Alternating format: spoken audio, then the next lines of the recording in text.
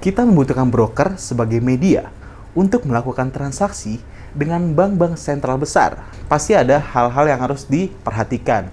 Misalnya, perusahaannya sudah terdaftar di Bapepti. Jadi kalau kalian ditawari keuntungan, diiming-imingi, itu patut dipertanyakan dan patut kalian telusuri.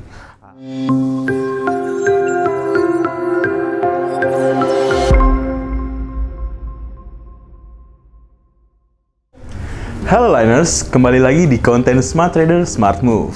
Kembali lagi nih sama saya, Felix Kurnia Aljapasya. Semoga yang di rumah nih pada nggak bosen nih ketemu saya terus.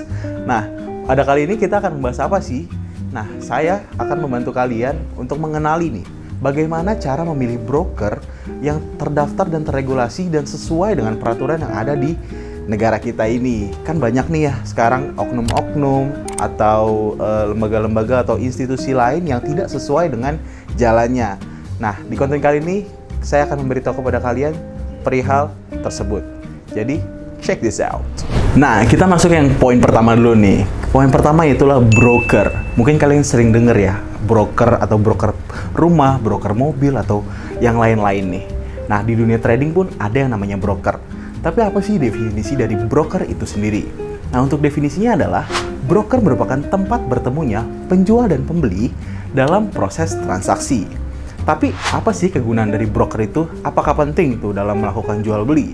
Nah, kalau di dunia forex nih atau di dunia trading komoditi atau mungkin kalian sebutnya apa, kita membutuhkan broker sebagai media untuk melakukan transaksi dengan bank-bank sentral besar atau market global di seluruh dunia. Itu poin dari broker. Masuk ke poin yang kedua, yaitu ialah legalitas, izin, serta regulasinya. Nah, untuk menjadi broker nih nggak sembarangan nih. Nggak bisa kalian tiba-tiba jadi broker untuk mempertemukan penjual dan pembeli. Harus ada langkah-langkah yang dilewati untuk menjadi broker instansi individu atau lain hal. Nah, kalau untuk di dunia trading atau di dunia transaksi komoditi ini, pasti ada hal-hal yang harus diperhatikan. Misalnya, perusahaannya sudah terdaftar di Bapepti atau Badan Pengawas Perdagangan Berjangka Komoditi. Karena kita masuknya di perdagangan ya, beda dengan OJK. Nah, itu bisa kalian cek langsung di websitenya www.bapepti.go.id yang dimana sudah government. Nah, untuk interliners nih, yang di bawah naungan PT Mahadana Asta, itu sudah terdaftar. Bisa kalian cek di www.bapepti.go.id nomor 834. Di situ bisa kalian cek nih, legalitas kami itu sudah terdaftar dan bisa dicek dulu perusahaannya itu bermasalah atau tidak. Nah, hal untuk legalitas ini sangat penting untuk kalian pahami karena banyak oknum-oknum di sana yang bergerak dan beroperasi tanpa izin dari pemerintah. Yang ketiga, yaitu rekening terpisah. Broker yang terdaftar atau telah mengikuti regulasi pasti memiliki yang namanya rekening terpisah atau segregated account.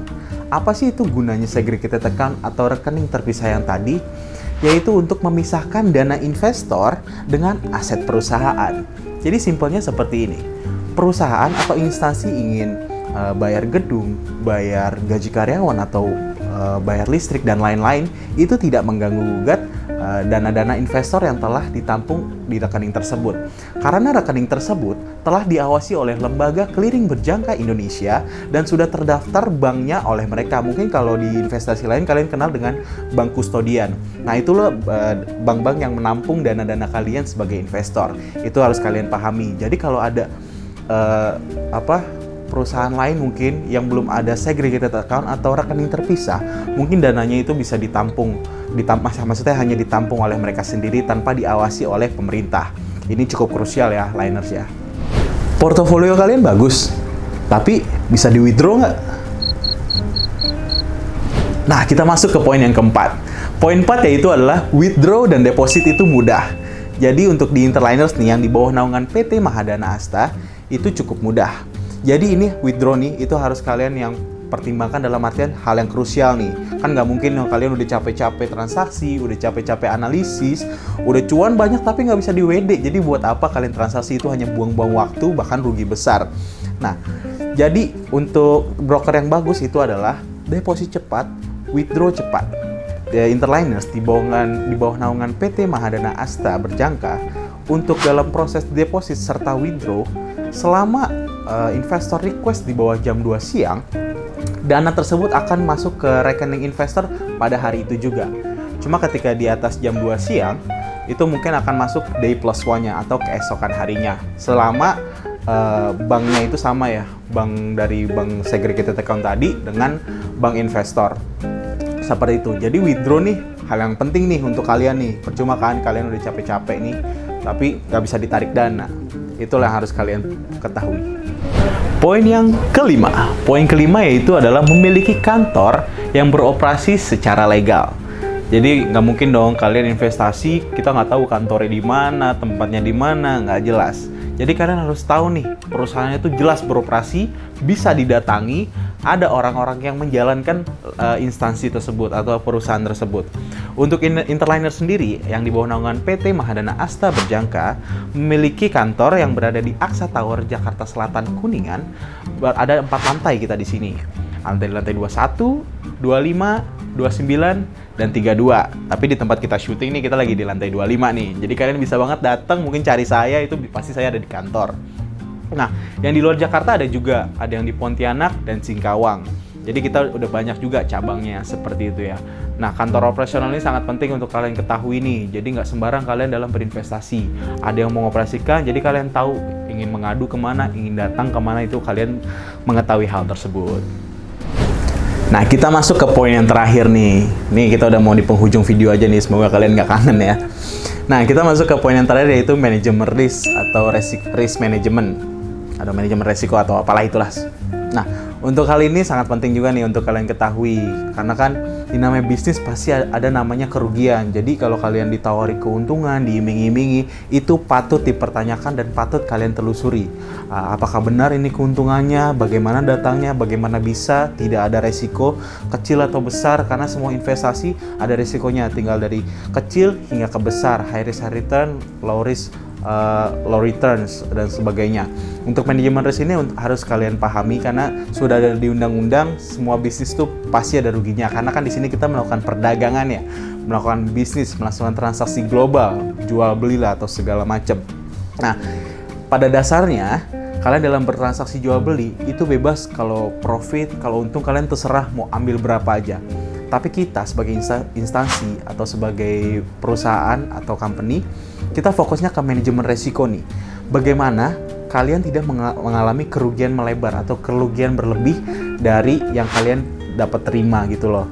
Jadi fokusnya tuh di situ tuh, gimana nih kerugian kalian nggak melebar. Karena kan banyak manajemen resiko yang bisa kita jalankan, strategi-strateginya seperti apa, yang dijalankan seperti apa, itu disesuaikan dengan kalian. Jadi jangan fokus sama untungnya aja nih, di balik itu pasti ada ruginya kan. Nah, gimana nih kita nanganin ruginya itu, strategi yang kita jalankan apa? Kita cut loss kah, kita averaging kah, kita hedging atau cut and switch, itu terserah kalian. Nah, pada dasarnya yang penting kita tahu nih batasan dan disiplin kita dalam menjalankan manajemen risk itu sendiri.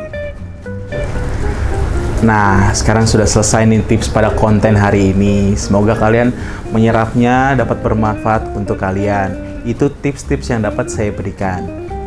Nah, bagi kalian yang ingin berinvestasi, itu pahami tuh poin-poin tersebut. Jangan sampai kalian terjun di jurang yang salah. Kalau kalian terjun ke jurang, ya terjunnya ke jurang yang benar. Biar enaknya enak sendiri juga, enak bareng-bareng juga.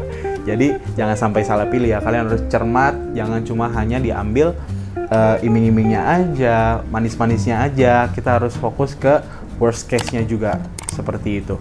Nah, kalau untuk di poin-poin di atas, Interliners yang di bawah naungan PT Mahadana Asta Berjangka sudah memiliki kriteria-kriteria tersebut yang di bawah naungan lembaga pemerintah. Jadi kita sudah tidak perlu diragukan lagi, jam terbang kita pun sudah 17 tahun sejak 2005. Jadi semuanya sudah aman. Kalau ada yang ingin bertanya-tanya itu sangat boleh. Ingin konsultasi itu boleh. Kita punya kantornya, kalian bisa datang juga. Oke, kalau gitu saya Felix Cornel Javasia dengan tim pamit undur diri. See you on the next video.